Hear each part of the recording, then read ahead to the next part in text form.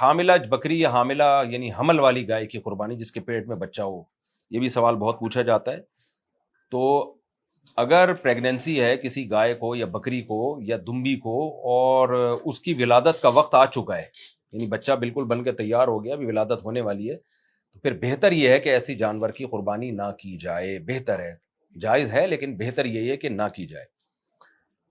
اور اگر ایسا نہیں ہے، ولادت کا وقت ابھی نہیں آیا، تو پھر بلا کراہت جائز ہے، اس میں کوئی حرج نہیں ہے.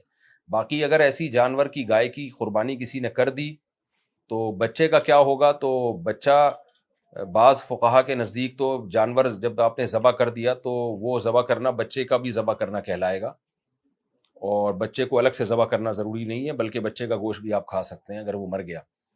لیکن احناف کے نزدیک یہ ہے کہ اس بچے کا ذبح کرنا بھی ضروری ہے، اگر وہ مر گیا تو آپ نہیں کھا سکتے، اس کو ذبح کرنا ضروری ہے.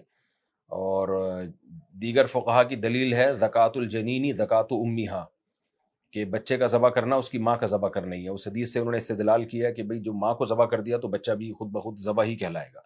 احناف چونکہ قرآن کو بہت زیادہ ویلیو دیتے ہیں، احناف کہتے ہیں کہ اللہ نے مردار کو حرام قرار دیا ہے، بغیر ذبح کیے ہوئے جانور کو حرام قرار دیا ہے، تو اس میں یہ بچہ بھی آتا ہے. بچے میں جب زندگی تھی اور اس کو ذبح نہیں کیا آپ نے اور مر گیا تو وہ مردار میں ہی داخل ہے. تو چونکہ حدیث خبر واحد ہے، تو جب بھی وہ قرآن کے خلاف ہوتی ہے تو حناف اس حدیث میں تعویل کرتے ہیں. یہ اصول ہے فقہ کا.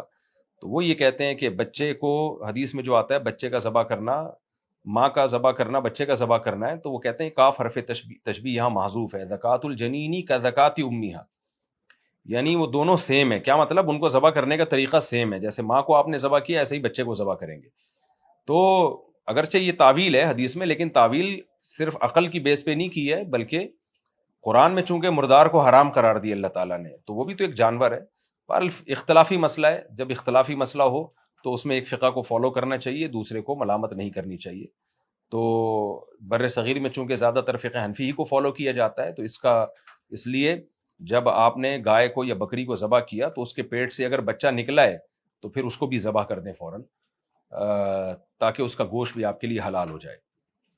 لیکن بہتر یہی ہے کہ جس گائے یا بکری کے بچہ جننے کا وقت آ جائے اس کو قربان نہ کیا جائے. جائز ہے بہرحال.